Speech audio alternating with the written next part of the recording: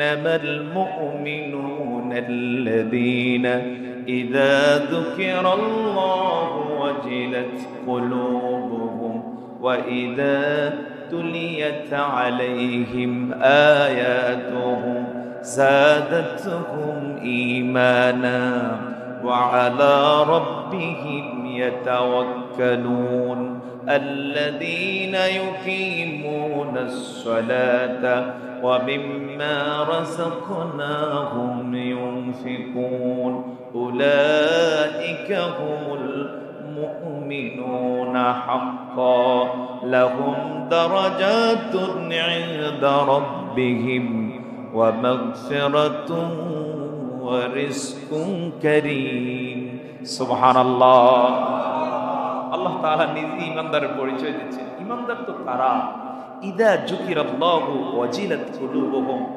যাদের সামনে আল্লাহর জিকির করা হবে, আল্লাহর নাম উচ্চারণ করা হলে তার অন্তর কাঁপে। মাত্র দ্বীপ জেলা ভোলা জেলার ঐতিহ্যবাহী লালমোহন উপজেলাধীন লালমোহন উত্তর বাজার বাইতুর রেদওয়ান জামে মসজিদে আজকের এই জুমায় আগত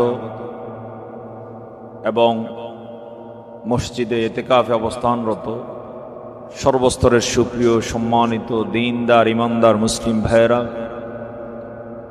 পর্দার অন্তরালের সম্মানিত মা এবং বোনেরা, এই মাইকের আওয়াজ যত দূর যাচ্ছে তন্মধ্যস্থিত বিভিন্ন ধর্ম বর্ণের সম্মানিত ভাইসব, আমরা আল্লাহ সুবহানাহু ওয়া তাআলার লাখ কোটি সুজুদ এবং শুকরিয়া আদায় করছি যে মহান আল্লাহ তাআলা দয়া করে এবারে রমাদানটা আমাদেরকে দান করেছেন, শান্তভাবে সুন্দরভাবে সিয়াম সাধনার তৌফিক দিয়েছেন। আজকের এই বিদায়ী জুমায় আমাদেরকে আসার মতো, বসার মতো, আমাকে কিছু কথা বলার মতো, আপনাকেও শোনার মতো তৌফিক দিয়েছেন। এজন্য আবারও মনিবের প্রতি আমরা কৃতজ্ঞতা আদায় করছি, পড়ছি আলহামদুলিল্লাহ। সম্মানিত হাজিরিন, আল্লাহ তাআলার প্রশংসা আদায় করলে তিনি খুশি হন, আর প্রশংসা আদায় করলে একজনের করা দরকার, তিনি কে? এই জন্য সূরা ফাতিহার সূচনায় আল্লাহ তাআলা এই শিক্ষাটাই দিলেন। কোরআনুল কারীমের সূচনায় তিনি জানিয়ে দিলেন আলহামদুলিল্লাহি রাব্বিল আলামিন, সমস্ত প্রশংসা জগৎসমূহের প্রতিপালক আল্লাহর জন্য। All the praise and thanks for the Lord of the আলামিন। কেন এটা তিনি শিখালেন? জবাব হলো মানুষ যেন কোনোদিন ভুল না করে, কারণ মানুষ অনেক সময় মানুষের প্রশংসায় পঞ্চমুখ হয়ে যায়। এরকম ঘটনা আছে না নাই?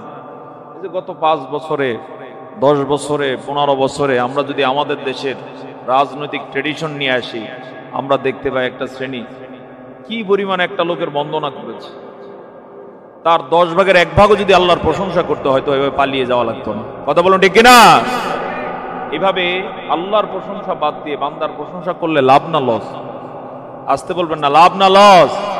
কেমন লস? দুনিয়াও শেষ, আখিরাতও শেষ। কারণ প্রত্যেকটা বাক্যের শব্দের জবাব আল্লাহর কাছে দেয়া লাগবে নাকি লাগবে না?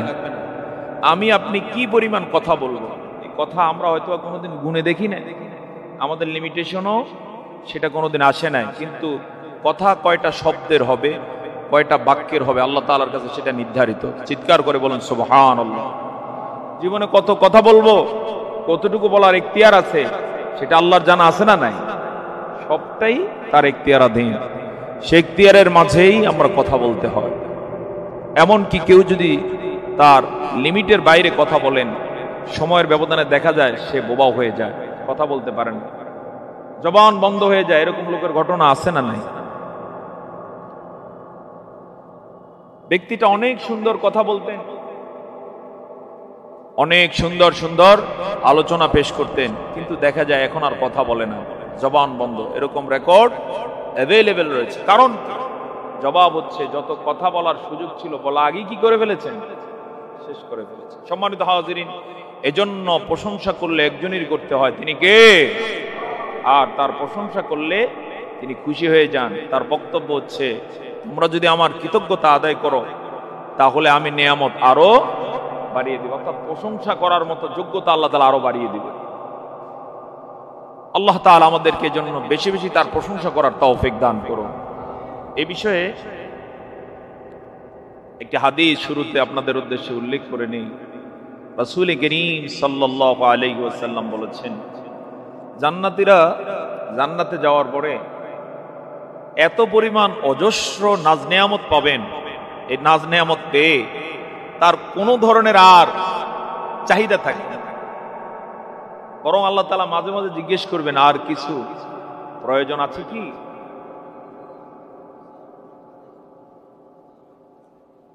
সাথে সাথে জান্নাতি বলবেন, আল্লাহ তাআলা আপনি এমন পরিমাণ নাজ নেয়ামত দান করেছেন, আর কিছুর প্রয়োজন নেই।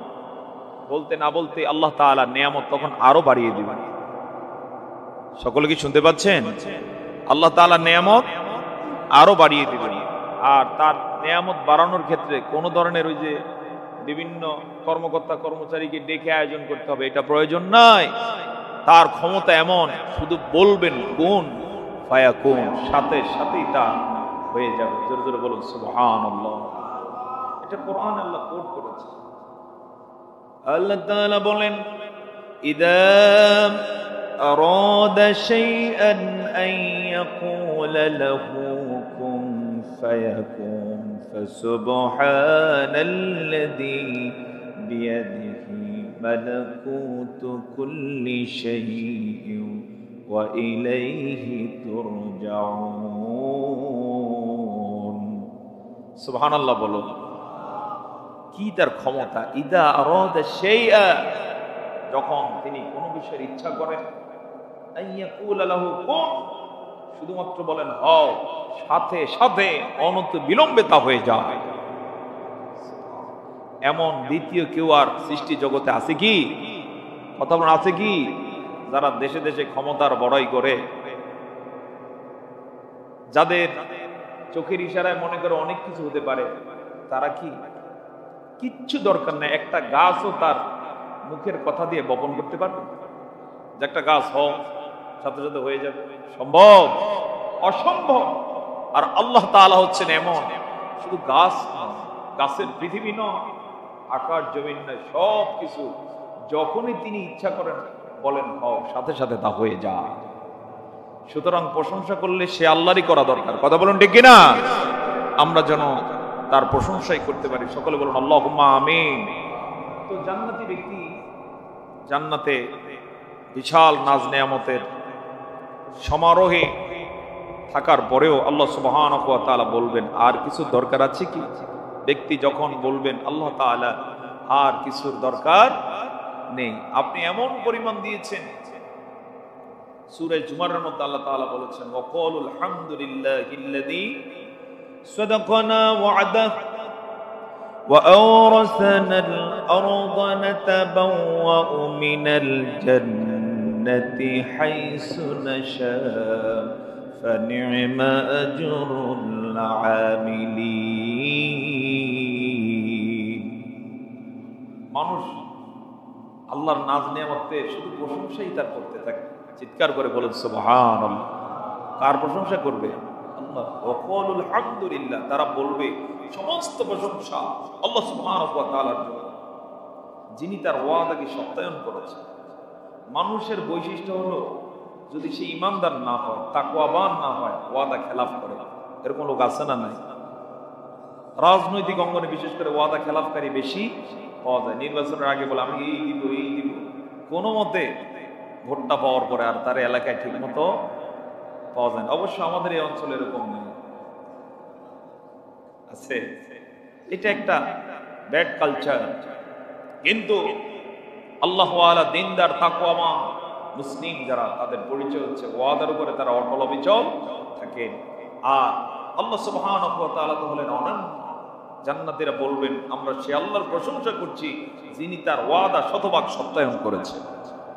যা বলছেন দিবেন তা তো দিয়েছেন, তার চেয়ে বেশি তিনি দান করেছেন।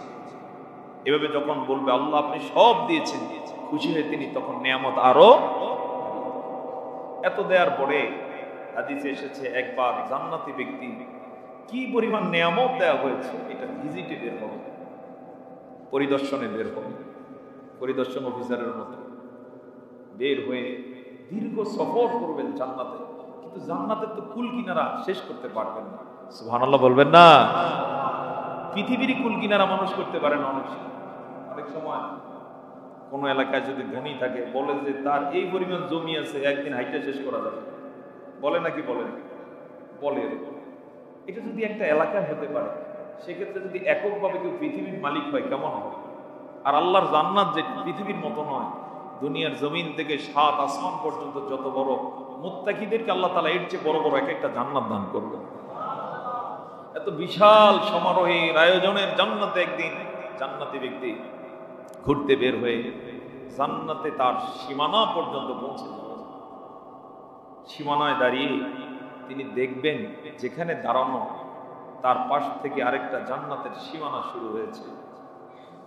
সেই জান্নাতের দিকে তাকিয়ে দেখবেন সেখানে সুরম্য অট্টালিকা দেখতে পাওয়া যায়, আর সেখান থেকে এমন একটা ঘ্রাণ ভেসে আসতেছে যে ঘ্রাণ তাকে মাতোয়ারা করবে।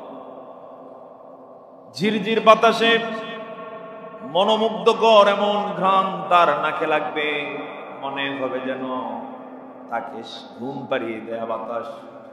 এত সুগ্রাম তার কাছে মনে হবে কোনদিন তার জীবনে এমন সুগ্রাম তিনি আর পান না। অপলক নেত্রে ওই জান্নাতের দিকে তাকে পাগল করা হয়েছিল। দীর্ঘক্ষণ ওই জান্নাতের দিকে তাকিয়ে ওই ঘ্রাণ অনুভব করে এক পর্যায়ে আল্লাহ তাআলার কাছে তিনি বলবেন, আল্লাহ, ওই সুরম্য জান্নাতটা তুমি যাকে দিয়েছো তুমি কি আমল করতেন আমি একটু জানতে চাই। আপনাদের জানার ইচ্ছা আছে কিনা?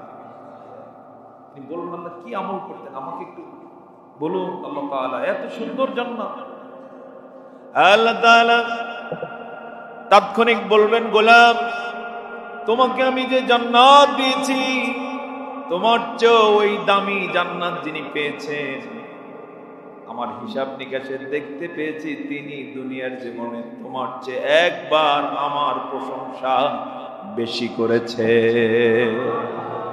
যার কারণে আমি তাকে খুশি হয়ে ওই জান্নাতটা দিয়েছি। আল্লাহু আকবার বলবেন না? এবারে প্রতিদিন হাজার হাজার বার আল্লাহর প্রশংসার সুযোগ আছে না নাই? আসতে বলেন, আছে না নাই?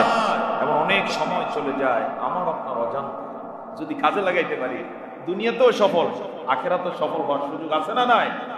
আখিরাত আমাদেরকে হাতছানি দেয়, হাতছানি দিচ্ছে, কাজ করে যাও।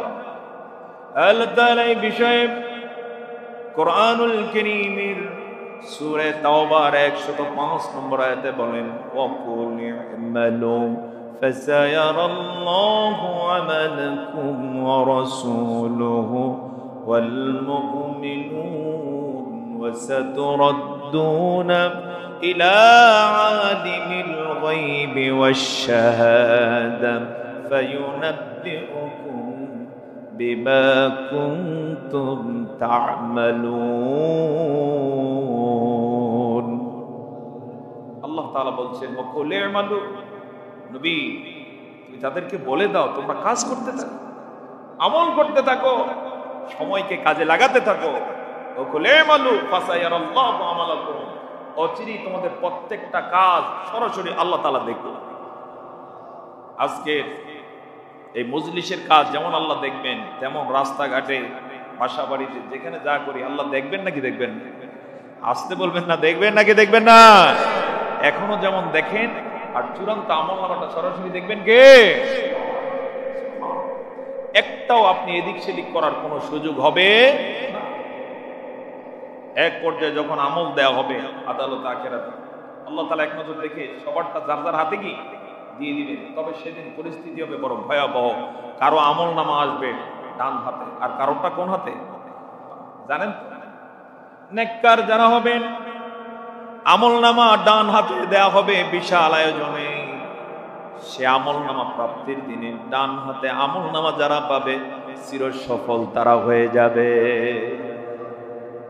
আমল ডান হাতে পেয়ে তারা দৌড় মারবে তার আহালের দিকে, কোরআনের বক্তব্য, তার পরিবারের সদস্য যারা, সমাজে যাদের সাথে চলতেন এই জাতীয় লোকদেরকে সে চিৎকার দিয়ে দেখাবে যে দেখো আমাকে তোমরা দুনিয়াতে এত পাত্তা দিতে না, মূল্যায়ন করো না, আজকে আল্লাহ তাআলা আমাকে মাফ করে দিয়ে আমল নামা ডান হাতে দিয়ে দিয়েছে।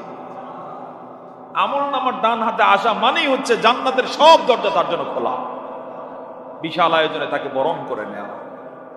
পক্ষান্তরে জানাম দুনিয়ার জীবনটাকে আসল মনে করেছে এখানের ক্ষমতাই ক্ষমতা, এখানের সম্পদই সম্পদ, এখানের সম্মান, এটাই চূড়ান্ত।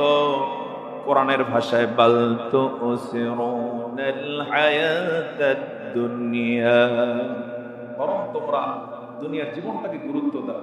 এরকম দুনিয়ার জীবনকে গুরুত্ব দেয় পাবলিক আছে না নাই? আসতে বলুন, আছে না নাই? তার 24 ঘন্টার কর্ম হিসাব করলে বোঝা যায় আখেরাত যে একটা আছে তার ধারে কাছে সে। এরা কারাম, এরা তারা যারা দুর্নীতিতে 1 নম্বর, সুদের ব্যবসা তার সাথে, ঘুষের লেনদেন ছাড়া সে কিচ্ছু বোঝে, অন্যায় করে যায়, চুরির সাথে জড়িত, চাঁদাবাজির সাথে জড়িত। তার কাজ দেখলেই বোঝা যায় একটা আখেরাত আছে, তার কোনো গুরুক্ষেপ তার নাই। এমনটা যারা হবে, আমল নামা সোজা তার আসবে কোন হাতে? বাম হাতে। আদালতে আখেরাতে যখন আমল নেয়ার জন্য দাঁড়াবে, তার আমল আটকে দেয়া হবে, বুঝতে পারবে আজকের এই দিনে বাঁচার উপায় না। এক পর্যায়ে পর্দায় ভেসে উঠবে আমল কি করেছে, সেখানে ফরফর করে দেখতে পাবে যা ছোট অন্যায় করেছে কিংবা বড়, যেখানে যা করেছে সব উঠে আসে। নাউজুবিল্লাহ বলবেন না? সূরা কাহাফের মধ্যে আল্লাহ কোট করেছেন এই কথা। এক পর্যায়ে সেই নিজে বলবে লা ইউগাদিরু সগীরাতান ওয়ালা কাবীরাতান ইল্লা আহসাহা। হায় আফসোস, ছোট্ট গুনাহ করেছি যেটা কেউ জানতো না, লালমনে করছি কোন এক গলির মধ্যে, ঢাকায় করেছি, দেশের বাইরে করেছি, মনে করছি কেউ জানে না, হোটেলে করেছি, লঞ্চে করেছি, যেখানে যা করেছি দেখতে পাচ্ছি সব আমলনামায় ঝলঝল করে চলছে। নাউজুবিল্লাহ বলুন। এক পর্যায়ে কপাল চাপড়া, কাজ হবে না। এরপরে ফেরেশতা তারে খপ করে ধরবেন যে হাত দিতে যাবে না, কারণ তার আমলনামা কোন হাতে দেওয়া হবে? বাম হাতে। পরবর্তীতে ফেরেশতা তারে তার করে ধরে গলা থেকে একটা টান দিবে নাভি পর্যন্ত, বুকটা ছিঁড়ে পিঠ পর্যন্ত সবটা এফোর ওপর করে দিয়ে বাম হাতটা বুক দিয়ে ঢুকিয়ে পিঠ দিয়ে টান দিয়ে বের করে এরপর আমলনামাটা ধরে দিয়ে বলবেন ধ্বংস হয়ে যা। আমলনামা ধরিয়ে দেওয়া হবে। এতক্ষণ পর্যন্ত তার চেহারাটা ছিল সামনের দিকে, দুনিয়াতে নায়ক চেহারা ছিল, গায়ক চেহারা ছিল, বিরাট নেতা ছিল, কর্মী ছিল, ব্যবসায়ী ছিল, প্রভাবশালী ছিল, অনেক প্রভাব দুনিয়ার জীবনে মানুষকে দেখিয়েছে। হয়তোবা এই প্রথম তার চেহারাটা সেদিন চেঞ্জ করে দেওয়া হবে। সামনের দিক থেকে তার চেহারাটা ফেরেশতা ঘাড় মটকে দিয়ে পিছনের দিকে দিয়ে ফিরিয়ে দিয়ে বলবেন ইকরা কিতাবাক কাফা বিনফসিকা ইয়াওমা আলাইকা হাসিবা। আল্লাহু আকবার। কোরআনের আয়াত। বলবেন ইকরা কিতাবাক, তোর আমলনামা তুই পড়। কি করেছো মনে করছো কেউ জানে না, কিন্তু আজকে পড়ে দেখো কেউ জানতো নাকি?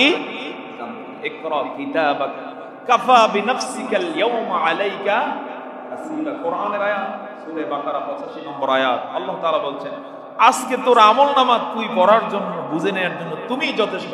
কোনো ভায়া মিডিয়ার আজকে আর কি নাই, দরকার নাই, সেক্রেটারির আজকে আর দরকার নাই, পিএস এর দরকার নাই।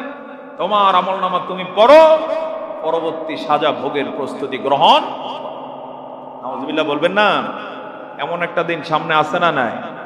এটা কোনোদিনই ভাববেন না দুনিয়ার জীবনটাই শেষ, বরং প্রত্যেকটা বিষয় প্রমাণ করে দুনিয়ার জীবনের পরই আরেকটা জীবন কি, এই জীবন নিয়ে যাবে সেই জীবনের।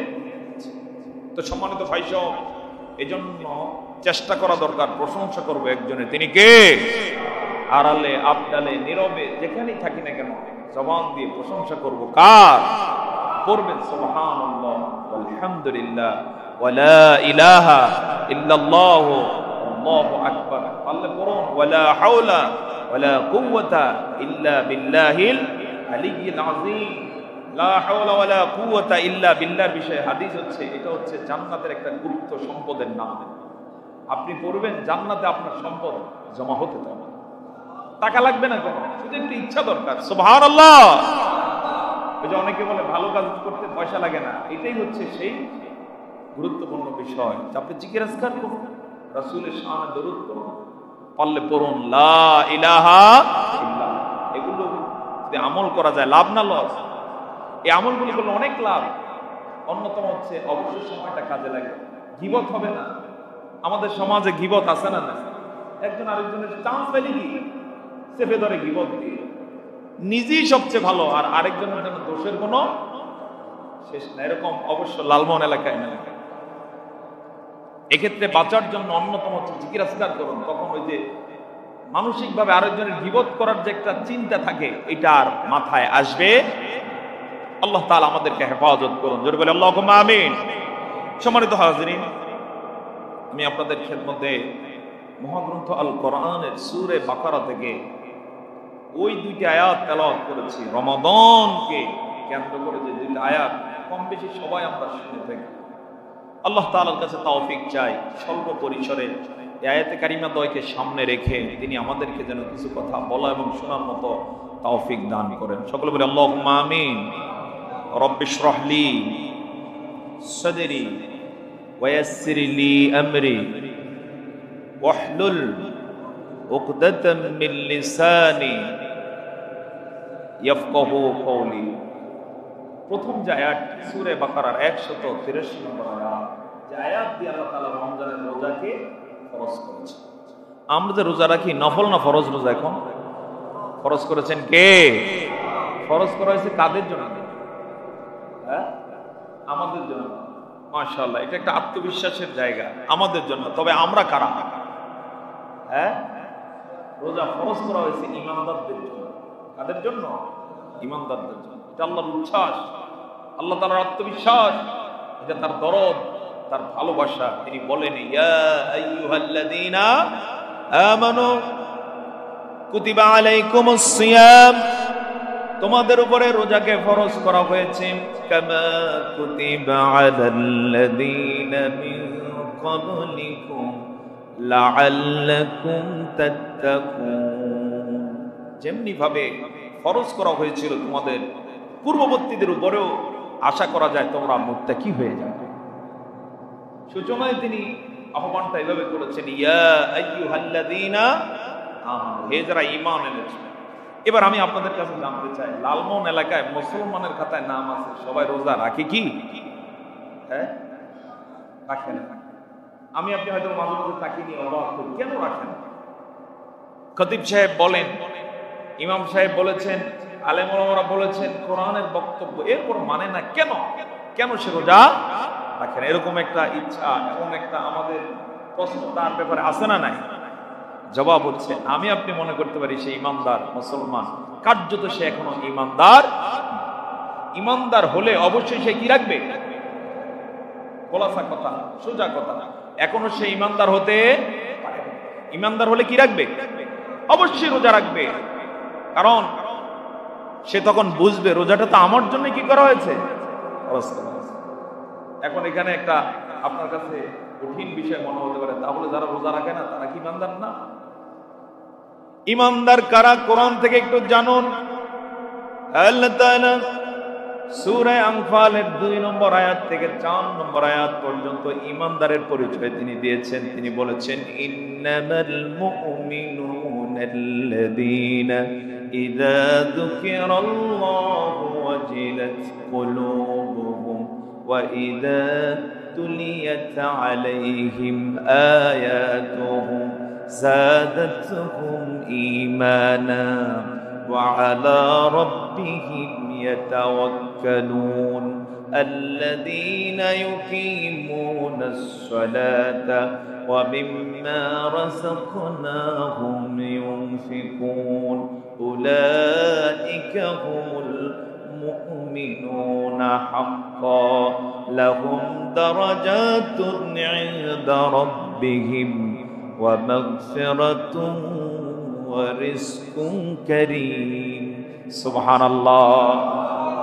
আল্লাহ তাআলা নিজে ইমানদারের পরিচয় দিচ্ছেন। ইমানদার তো কারা?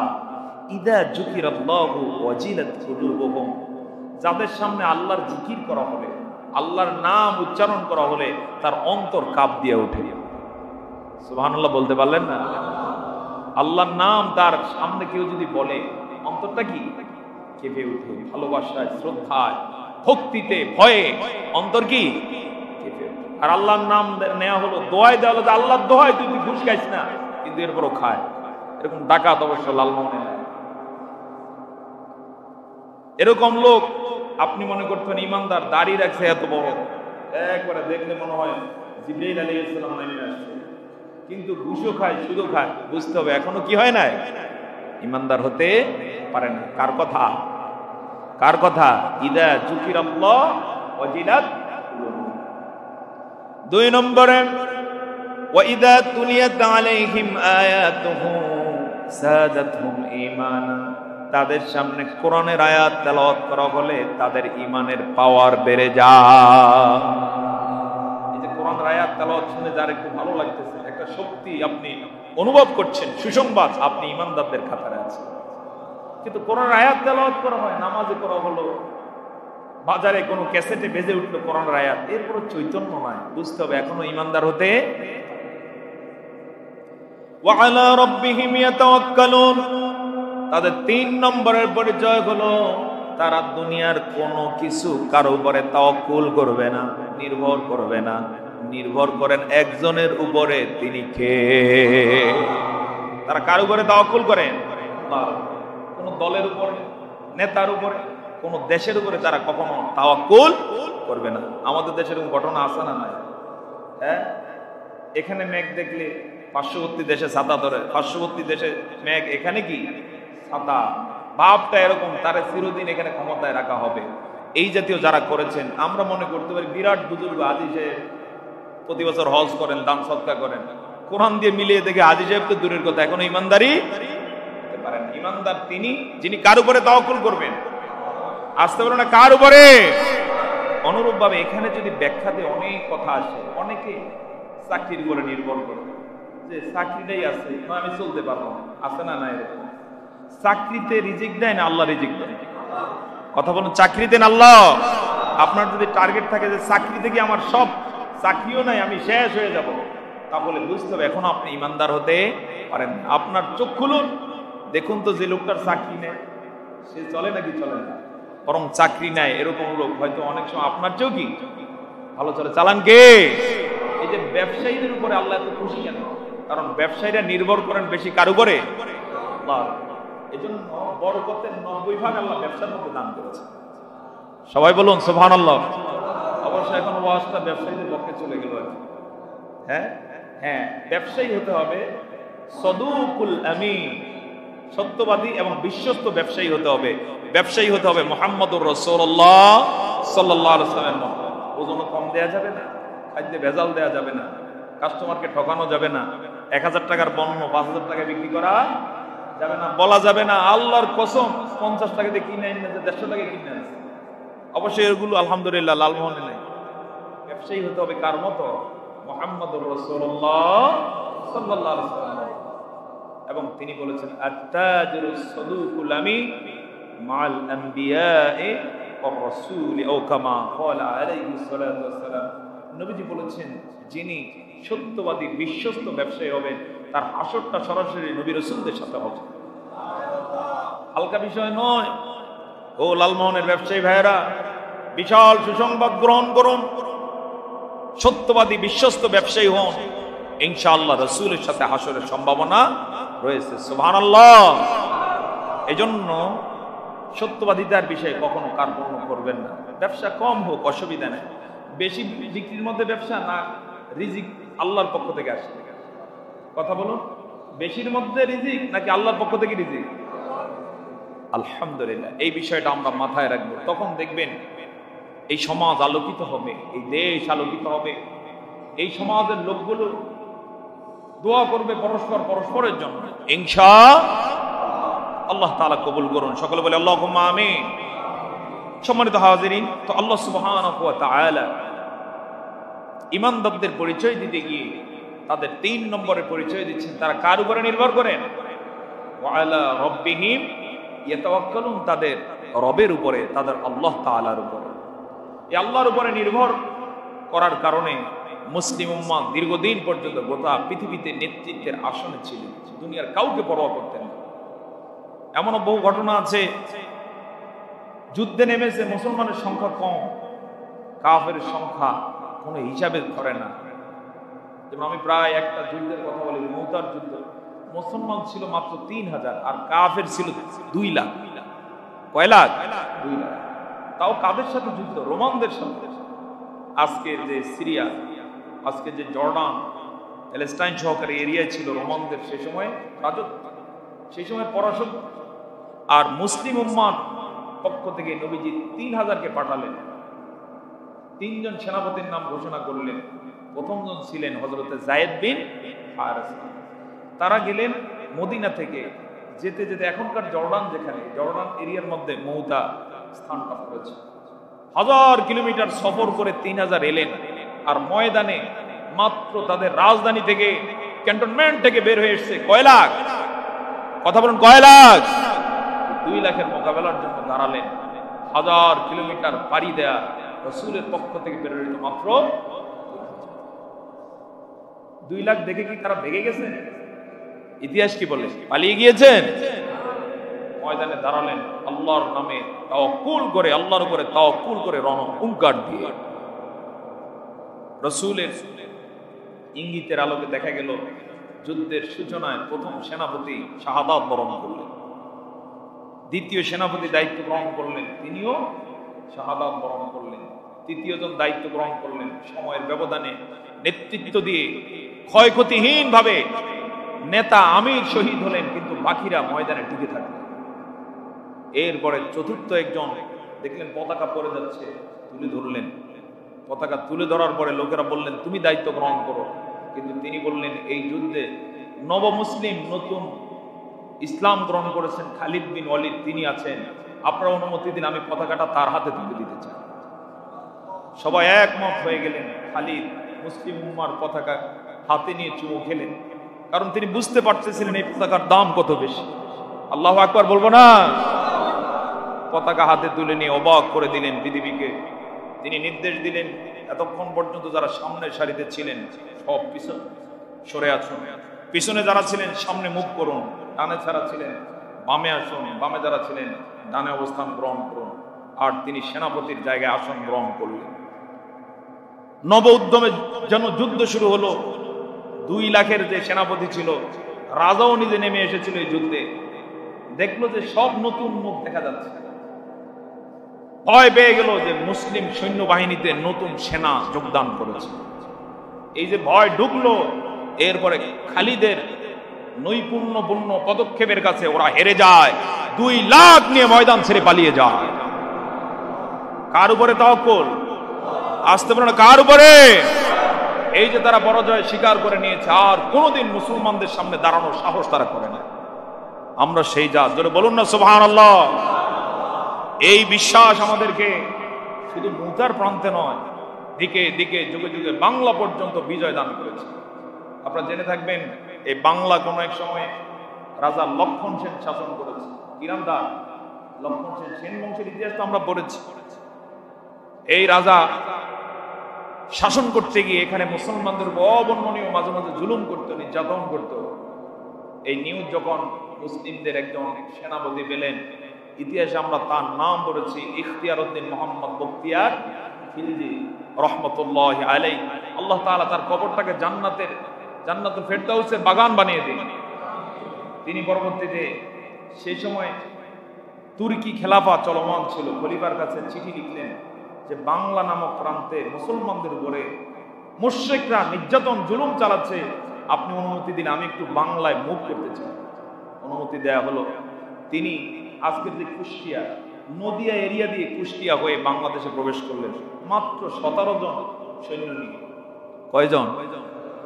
17 জন সৈন্যের নিউজ যখন লক্ষণ সেনের গোয়েন্দা বাহিনী দিল যে মুসলমানরা আসতেছে, তুমি যে জুলুম করেছ তোমার জুলুমের দাঁত ভাঙা জবাব দেওয়ার জন্য আসতেছে। পরে বললো কি করা যায়? বললো তাদেরকে চিনো, তাদের ইতিহাস বড় ভয়াবহ, তারা ময়দানে সাধারণত নামে না, নামলে কিন্তু ছাড়ে না। পরে সেগুলো কি করা যায়?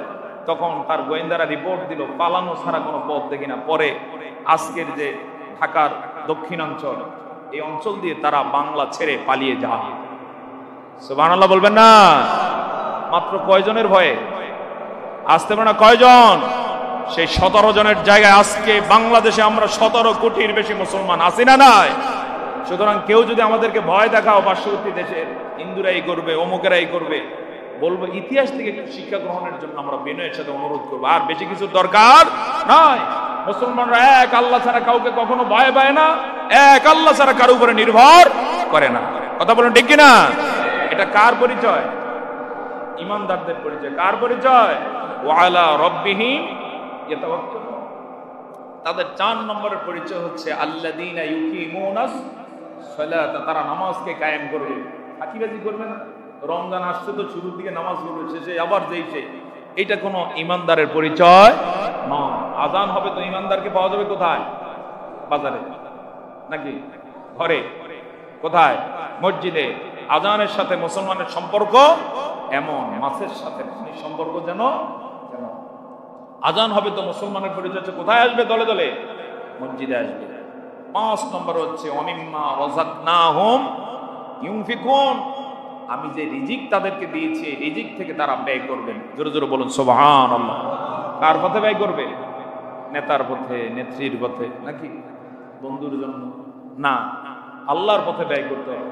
এখন নেতা যদি আল্লাহর জন্য কাজ করে দিতে কোনো অসুবিধা নাই, কিন্তু নেতা যদি এগুলো নিয়ে আবার অন্যায় অপকর্মে ব্যয় করে 1 পয়সাও দেয়া জায়েজ মনে থাকবে কিনা? আমাদের প্রত্যেকটা পয়সার হিসাব আল্লাহর কাছে দেয়া লাগবে নাকি লাগবে না? মাঝে মাঝে কেউ কেউ মনে করতেন যে ইনকাম ট্যাক্সের হিসাব দিতে হবে। এটা তো খুবই নর্মাল বিষয়। ইনকাম ট্যাক্সের হিসাব তো কোনো হিসাবই করে না। অনেকের ইনকাম আছে 1 কোটি, হিসাব দেখায় কত? 5 লাখ 10 লাখ। কারণ সব তো নিজেরা নিজেরা মনে করে। আল্লাহর কাছে এই জাতীয় কোনো সিস্টেম না। 1 পয়সা কোন পথে আয় হয়েছে, কোন পথে ব্যয় হয়েছে, হিসাব ছাড়া, হিসাব দেয়া ছাড়া একটা কদম এদিক সেদিক করা যাবে না। আদালত আখিরাতে এত কঠিন ভাবে হিসাব দিতে হবে। তো ইমানদারদের পরিচয় হচ্ছে এই জন্য সে তার সম্পদ ব্যয় করেন কার পথে? আমি ক্ষেত্রে একটা পয়েন্ট একটু ব্যাখ্যা করতে চাই। যাদের উপরে যাকাত ফরজ হয়েছে হিসাব করে যাকাতটা দিয়ে দেন। যাকাত দিতে গিয়ে যে শাড়ি লুঙ্গি, এরপরে বিভিন্ন উপহার স্বরূপ কিছু কিনে দিলেন অল্প দামে, এগুলো ইসলামে কোনো সিস্টেম নাই। যাকাতটা এমন ভাবে দেন যাকে দিবেন যেন স্বাবলম্বী হয়ে যায়। সাপোজ আপনার 1 কোটি টাকা যাকাত দেওয়ার মতো সম্পদ আছে, তাহলে কত টাকা আসবে? 2.5 লাখ টাকা, নাকি 40 ভাগের 1 ভাগ, সেই যে কত টাকা? 2.5 লাখ। এবারে যাকাত কারে দিবেন? মসজিদে, মাদ্রাসা, এরকম মসজিদে যাকাত দেয়া জায়েজ নাই। ওই মাদ্রাসায় যাকাত দেয়া জায়েজ নাই যে মাদ্রাসায় গরিব গোরাবা পড়ে না, ধনী শ্রেণীর ছেলেমেয়েরা পড়ে, ওখানেও যাকাত দেয়া কি নাই? জায়েজ নাই। যাকাত তাহলে কোথায় দিতে হবে? যাকাত দেওয়ার খাত কয়টা? কথা বলেন কয়টা? 8টা। ইন্নামাস সাদাকাতু লিল ফুকারা ওয়াল মাসাকিন ওয়াল আমিলিনা আলাইহা ওয়াল মুআল্লাফাতি কুলুবুহুম ওয়া ফির রিকাব ওয়াল গারিমিন ওয়া ফি সাবিলিল্লাহ ওয়া বিনিস সাবিল। 8টা খাতে আপনি যাকাত দিতে হবে। এবারে এই 8 খাতের মধ্যে যদি আপনার আত্মীয়স্বজন থাকে, সাপোজ আপনার ভাই, আপনার ফুফু, আপনার খালা, চাচা কাছে, প্রথমে 2.5 লাখ টাকা পারলে 1 হাতে তাকিয়ে দিয়ে দেন। যেটা বলুন না সুবহানাল্লাহ। দিতে গিয়ে বলার দরকার নেই এটা যাকাতের টাকা, বরং নীরবে গিয়ে তাকে গিয়ে বলুন আপনি এটা দিয়ে স্বয়ংসম্পূর্ণ হতে চেষ্টা করুন। ইসলাম চায় আপনি একাই যাকাত দিবেন না, যাকে দিবেন সেও যেন যাকাত দাতা হয়ে যায়। দেখুন তো, যদি 2.5 লাখ টাকা কারো হাতে তুলে দেন, সে স্বাবলম্বী হওয়ার সম্ভাবনা আছে না নাই? ভালো মানুষ হলে অবশ্যই কি হবে? স্বাবলম্বী হয়ে যাবে। যেন এমন হয় যে আগামী বছরে 2 জনে যাকাত দাতা হয়ে গেলেন, তাহলে আরো 2 জনকে দেন। এভাবে দেখা যাবে অল্প সময়ের ব্যবধানে যাকাত গ্রহণ করার মতো আরো কোন লোক আপনার এলাকায় নাই। এটা হচ্ছে ইসলামের সৌন্দর্য, ইসলামের শিক্ষা। জোরে বলুন সুবহানাল্লাহ। তাহলে আত্মীয়কে যাকাত 1 নম্বরে দিতে হবে না 2 নম্বরে? দিতে গিয়ে বললেন না এটা যাকাতের টাকা, আপনি বললেন যে আপনাকে দিলাম। আর টাকা পাইলে লোকজন কখনো গ্রহণ করে না, দিয়ে দেয়? অবশ্যই গ্রহণ করে। আর সেভাবে আপনি অ্যাপ্রোচ করুন, গ্রহণ করুন। এভাবে যখন দেখুন আত্মীয় স্বজনের উপরে আর দেওয়ার প্রয়োজন নেই, তারা স্বাবলম্বী হয়েছে, এবার আপনার আর প্রতিবেশী কি আছে তাকে দেন। ইসলাম এই শিক্ষা দিয়েছে। আর এটা কেউ দেখ আর না দেখ, ইমানদার যারা তাদের পরিচয় হচ্ছে তারা আল্লাহর পথে যাকাত দিবেন। এরপর আল্লাহ তাআলা বলেন উলাইকা হুমুল মুমিনুনা হাক্কান, এরাই হলেন সত্যিকারের ইমানদার। এর বাইরে যারা ইমানদার দাবি করে কেউ ইমানদার নয়। সুবহানাল্লাহ বলুন। মুক্তিযুদ্ধ না করে যদি কেউ মুক্তিযুদ্ধ দাবি করে, মায়ের আছে না নাই কপালে? কথা আছে না নাই? গত কয়েক বছরে কত মুক্তিযুদ্ধ আমরা দেখলাম। এখন দলনি দেখা যায় হয় কিনা, মুক্তিযুদ্ধ না 71 সালে জন্ম হয় না, সেও মুক্তিযুদ্ধের সনদ নিয়ে চাকরি করে। এগুলো অবশ্য আমাদের বলাতে নাই। এখন এরকম যদি হয়, মানুষের কাছে যেমন হাস্যরসের বিষয়, ওই 5 কাজ না করে যদি ইমানদার পরিচয় দিয়া এরপরে ভাব নেয়, আল্লাহর কাছে ফেরেশতাদের কাছে এরকম কি হাস্যরসের বিষয় যে ইমানদারের কাজে তারে পাওয়া যায় না, সে পরিচয় দেয় কি ইমানদার। আর উপরের 5 কাজ করবেন যারা, তারাই হলেন ইমানদার। জোরে জোরে বলুন সুবহানাল্লাহ।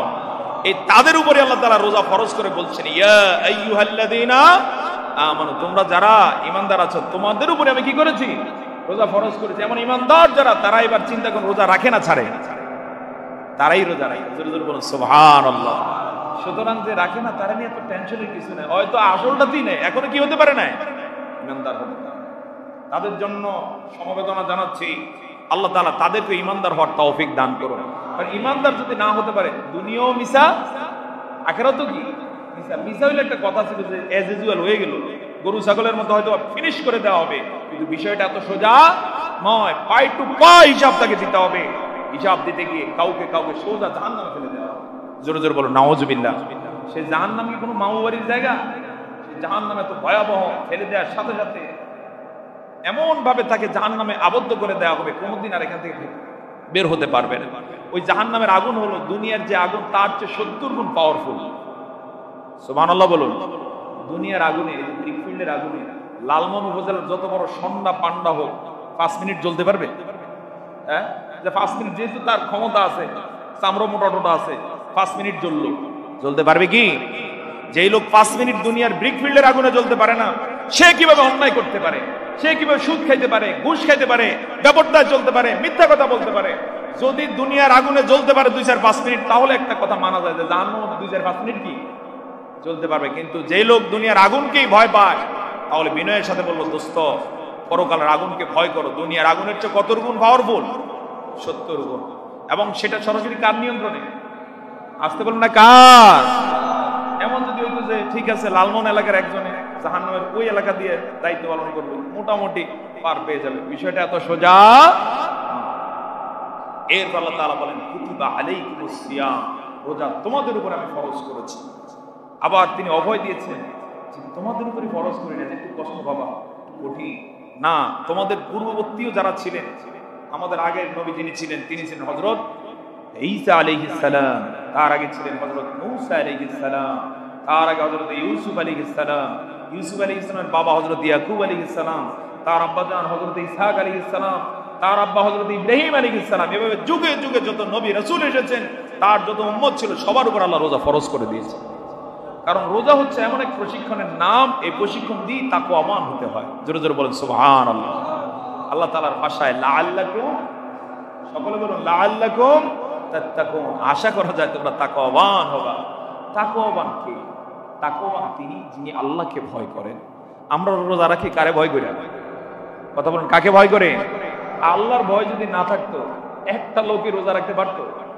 বাংলাদেশে যারা রোজা রাখে, সাপোজ যদি আল্লাহর ভয় ছাড়া বান্দার ভয়ে রোজা রাখতো, সাপোজ তার পিছনে সেনাবাহিনীর লোক আছে, গোয়েন্দারা আছে, রাখবে তো রাখবে, না রাখলে গ্রেফতার। একজন তো রাখাইতে পারতো? কি বলেন, পারতো কি? সারাদিন রাখতেছে, দুপুর বেলা প্রচন্ড পিপাসা লাগছে, বাথরুমও যাওয়া দরকার, তার সাথে যে গোয়েন্দা বলতে একটু দাঁড়ান, আমি একটু বাথরুম থেকে আসি, যাওয়ার পরে প্যান্ট করে পানি খেয়ে আইসা বলতো আমি ঠিকঠাক মতো আছি।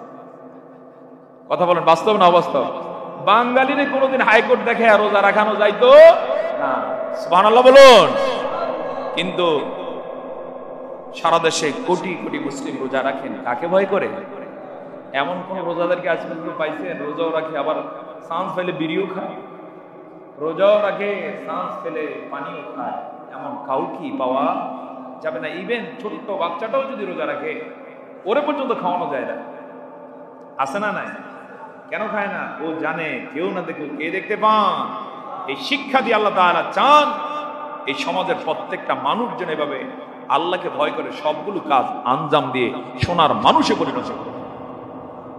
যে মানুষটা মিথ্যা কথা বলবে না, অন্যায় করবে না, আর দুর্নীতিতে জড়িত হবে না।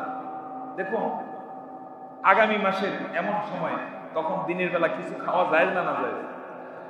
ইনশাআল্লাহ যায়। আবার গত মাসে এমন দিনে যায় ছিল না, না যায় ছিল? কিন্তু এখন রোজা রাখার কারণে কি জায়েজ নেই, হারাম হয়ে গেছে। আল্লাহ তাআলা এই শিক্ষাটা কিন্তু নরমাল না, একটু কঠিন প্রশিক্ষণ। এই প্রশিক্ষণটা দিয়ে পরে ছেড়ে দিয়ে বলবেন, যাও এবার হালালটা খাও, হারামটা আর কি খাও না। তোমার স্ত্রীর কাছে যাও, কিন্তু পরনারীর দিকে আর তাকাও না, পরনারীর সাথে কথা বলো না। হালালটা খাও আর হারামটা স্পষ্ট করে গ্রহণ করো না। এই শিক্ষাটা দেওয়ার জন্যই রোজা ফরজ করে দিয়েছে। এই শিক্ষায় শিক্ষিত হয়ে যারা দুনিয়ার জীবন পরিচালনা করে, সে যদি কোনো অফিসের কর্মকর্তা হয়, অফিসে 1 পয়সা আর দুর্নীতি হবে না। সুবহানাল্লাহ বলুন। তিনি যদি থানার বড় কর্মকর্তা হন, যেহেতু রোজার শিক্ষা নিয়েছেন, একটা অফিসার তো আর দুর্নীতিতে তিনি সহ্য করবেন না। এভাবে রাষ্ট্রের সর্বোচ্চ চেয়ারে যিনি বসা থাকবেন, রোজার শিক্ষা যদি নিয়ে থাকেন, রাষ্ট্রের কোথাও তিনি দুর্নীতিকে আর বরদাস্ত করতে পারেন না। জোরে জোরে বলুন না সুবহানাল্লাহ। তাহলে এইটা আল্লাহর লাভ না বান্দার লাভ? আসতে বলুন, কার লাভ? আল্লাহর লাভ। এজন্য বান্দার লাভ। এজন্য তিনি বলছেন লাআল্লাকুম। এবারে এটার সুফল কি? জবাব হলো, সুফল হলো দুনিয়াতে সর্বত্র শান্তি বিরাজমান থাকবে, মানুষ মানুষের হয়ে কাজ করবে, দুনিয়াটাও শান্তিপূর্ণ মনে হবে। এই দুনিয়ার শান্তি নিশ্চিত করার মধ্য দিয়ে আদালতে আখিরাতে আল্লাহ তাআলা তাদেরকে নিয়ে সর্বোচ্চ জান্নাতটা দিয়ে দিবে। তাহলে দুনিয়াও শান্তি, আখিরাতেও শান্তি। জোরে বলুন না সুবহানাল্লাহ। আসুন আমরা আজকের এই জুমার আলোচনা যারা শুনলাম বা পরে যারা শুনবেন, একটা ভিডিও হচ্ছে, যারা দেখবেন, আমরা সকলে মিলে তাকওয়ার এই শিক্ষাটা কাজে লাগিয়ে আমাদের সমাজ, আমাদের দেশটাকে সাজাতে চেষ্টা করি। পারবো কিনা ইনশাআল্লাহ? এটাই হোক আজকের এই জুমার আহ্বান। পাশাপাশি আরো 2-1টা পয়েন্টে কথা বলে আমার আলোচনা শেষ করে দিতে চাই। সম্মানিত হাজিরিন, সমাজ বিনির্মাণে রোজার ভূমিকা। একটা ব্যক্তি যদি একটা মাস সত্যিকার অর্থে ভালো করে রোজা রাখতে পারে, আমি বিশ্বাস করি সেই সমাজকে সাজাতে সক্ষম হবে। এবার আপনারা বলুন, আসলে সম্ভব না অসম্ভব? সে হ্যাঁ, অবশ্যই সম্ভব, অবশ্যই সম্ভব। কখনো যদি একজন ব্যক্তি এক সমাজের ভালো হয়, তার প্রভাবে গোটা সমাজ কি হয়ে যায়? এরকম রেকর্ড পৃথিবীতে আছে না নাই? এই যে ওমর রাদিয়াল্লাহু তাআলা আনহুর গল্প। ওমর রাদিয়াল্লাহু তাআলা আনহু যখন শাসন ভার গ্রহণ করলেন, একদিন প্রজাদের খোঁজখবর নেওয়ার জন্য গেলেন।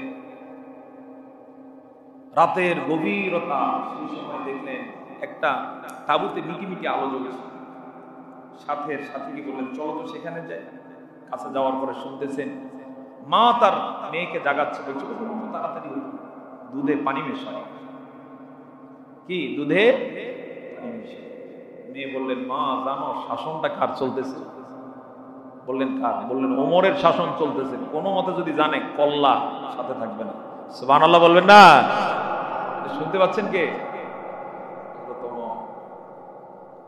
তিনি আরো শুনতে পাচ্ছেন। এক পর্যায়ে মা বলতেছে, ওমর এখন রাতের বেলা আসবে কোথেকে?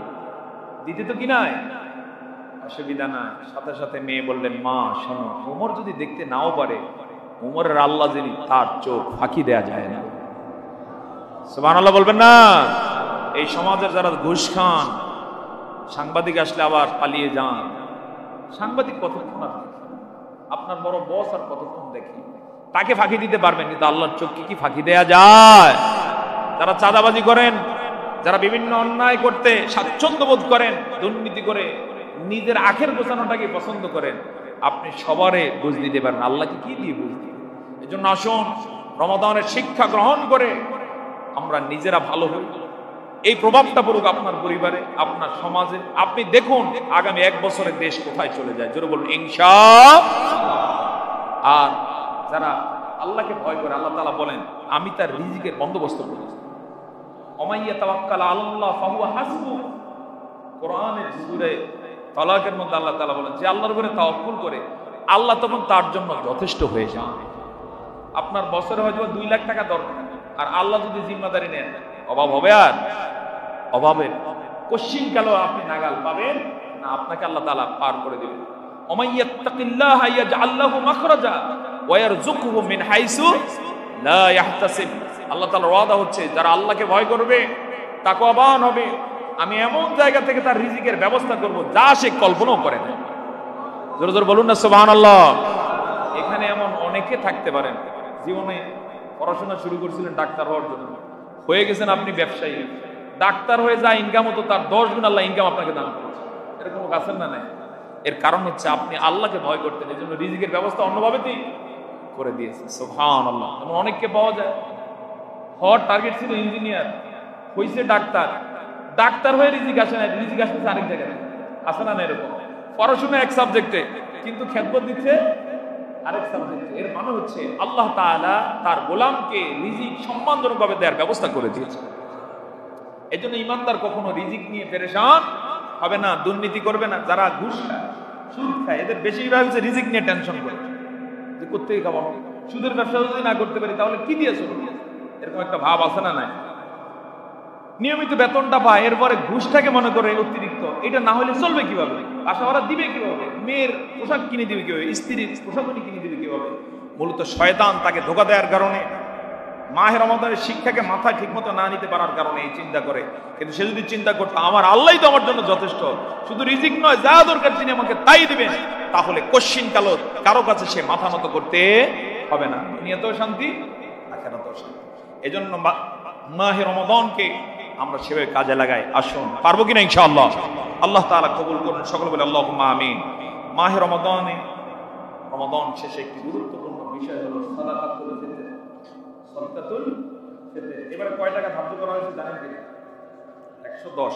তবে এটা আলাল আকাল, সর্বনিম্ন। কারো সাপোজ যাকাত আসবে 5000 টাকা, তার জন্য ধরেন এটা। কিন্তু কারোর তো 5 লাখ টাকা যাকাত আসতে পারে, সেও যদি এটা দেয় তাহলে বৈষম্য আছে না? না। এখানে ইসলামে বৈষম্যের জায়গা নাই। তাহলে তিনি কি দিতে হবে? তিনি দিতে হবে আরো বেশি। যেমন সর্বোচ্চটা ধরা হয়েছে কত? 2200 টাকা মনে হয়, 2500 টাকা, 2800। আপনি যেটা দিলে পরে আপনার হক আদায় হবে সেভাবে আপনি যাকাত দিবেন, সাদাকাতুল ফিতর দিবেন। পারা যাবে কিনা ইনশাআল্লাহ? এক্ষেত্রে ওই যে নিচেরটা দিলে একটু সুবিধা, এটার চিন্তা করা যাবে না। আপনি দিতে থাকুন না, এবার যা দিবেন আগামী বছর দেখবেন আরো বেশি দেওয়ার যোগ্যতা হয়ে গেছে। বেশি দেওয়ার মানে হচ্ছে সম্পদ বাড়লো না কমলো? কথা বলুন, বাড়লো না কমলো? আর এক্ষেত্রে সবচেয়ে বড় বিষয় হচ্ছে, আমি আপনি যদি দেই, এই সমাজে কিছু মানুষ আছে ঈদের দিনে তারা আনন্দিত হবে, একটা ভালো পোশাক করবে, আর দেওয়ার সময় পারলে একটু নসিহত করে দেবে যে নামাজ পড়বা, রোজা রাখবা, 1 মাসের প্রশিক্ষণকে কাজে লাগাবা। পারলে গোপনে দিয়ে দেন। যে হাত পাতলো, হয়তো সে প্রফেশনাল, 10 জনের কাছে হাত পাতার কি আছে, অভ্যাস আছে। এই জাতীয় লোকদেরকে পারলে স্বাবলম্বী করে দেন, আর প্রয়োজনে তাদেরকে না দিয়ে যার প্রয়োজন আছে হাত পাতে না তাকে পৌঁছে দেন। পারা যাবে কিনা ইনশাআল্লাহ? এটাই হচ্ছে ইসলামের শিক্ষা। আল্লাহ তাআলা কবুল করুন, সকল বলে আল্লাহুম্মা আমিন। আজকে কথা আর নয়, এ পর্যন্ত বলে আসুন মাহে রমাদানের শিক্ষাকে আমরা কাজে লাগাই। পারা যাবে কিনা ইনশাআল্লাহ? মাহে রমাদানের এই শিক্ষা যদি কাজে লাগাতে পারি ইনশাআল্লাহ বিইজনিল্লাহ, আশা করা যায় সেদিন বেশি দূরে নয়, বাংলাদেশ হতে পারে এশিয়ার মধ্যে শ্রেষ্ঠ দেশ। পারে কিনা ইনশাআল্লাহ? এই সমাজে আর ধর্ষণের ঘটনা ঘটবে না, কারণ ধর্ষক ভয় করবে কাকে? পুলিশকে না লাগে? কথা বলেন, কাকে ভয় করবে? চুরির কোনো আশঙ্কা থাকবে না। এমনও ঘটনা আছে মসজিদের টাকা বন্ধ চুরি হয়ে যায়। অনেক আগের ঘটনা, উত্তরা মসজিদের তালা ভাঙিয়ে টাকা চুরি হয়েছে, ও আগে আমরা পড়ছিলাম, নিউজে পেয়েছিলাম। এগুলোর ঘটনা আর ঘটবে না। এরপরে যত অন্যায় অসঙ্গতি দেখা যায় এগুলো আর করার মতো লোক থাকবে না। অন্যায় কারা করে? আসমান থেকে কোন শয়তান নাজিল হয়? কারা করে? এই সমাজের লোকেরাই করে। তো এই সমাজবাসী যদি তাকওয়ার শিক্ষা আমরা কাজে লাগাতে পারি ইনশাআল্লাহ এখানে কোনো অন্যায় থাকবে না। রমাদান বিষয়ে আমি একটি হাদিস বলেছিলাম, সেই দিকে দৃষ্টি আকর্ষণ করে শেষ করতে চাই। নবী করিম সাল্লাল্লাহু আলাইহি ওয়াসাল্লাম বলেছেন, মান লাম ইয়াদা কাওলাল যুরি ওয়াল আমালা বিহি ফালাইসা লিল্লাহি হাজাতুন ফি আন ইয়াদা তাআমাহু ওয়া শারাবাহু। সহিহ বুখারী, মুসলিম সকল হাদিসগুলোতে এই হাদিসটা এসেছে। নবীজি বলছেন, যে ব্যক্তি রোজা রেখে কওলা যুর, মিথ্যা কথা ছাড়তে পারলো না, মিথ্যা স্বভাব, অন্যায় স্বভাব ছাড়তে পারলো না, রোজা রেখে তার কোনো লাভও হলো না, কিচ্ছু নেই তার, বরং সারাদিন উপবাস করার মতোই তার সময়টা ব্যয় হলো। কিন্তু রোজার জন্য আলাদা বরাদ্দ আছে না? না। অন্যতম বরাদ্দ হচ্ছে আল্লাহ তাআলা বলেন, রোজা আমারই জন্য, আমি এর প্রতিদান দিয়ে দেব। আরেক হাদিসে এসেছে, সরাসরি আমি প্রতিদান হয়ে যাব। রোজাদারের অন্যতম সম্মাননা হচ্ছে জান্নাতের মোট আলিশান গেট থাকবে 8টা। কয়টা? এক একটা গেট থাকবে 1200 কিলোমিটার চওড়া। সবাই বলুন কত কিলো? 1200 কিলোমিটার দিয়ে ইনশাআল্লাহ আমি আপনি একা প্রবেশ করব। আলহামদুলিল্লাহ বলবেন না? যদি আমরা সেই মানের তাকওয়াবান হতে পারি, আল্লাহ তাআলা সেটা আমাদেরকে দীক্ষা দান করুন। সকলে বলে আল্লাহুম্মা আমিন। এই 1200 কিলোমিটার চওড়া যে গেট হবে তার পথ হবে মসৃণ, সেখানে হীরা মণিমাণিক্য জহরত বিছানো থাকবে।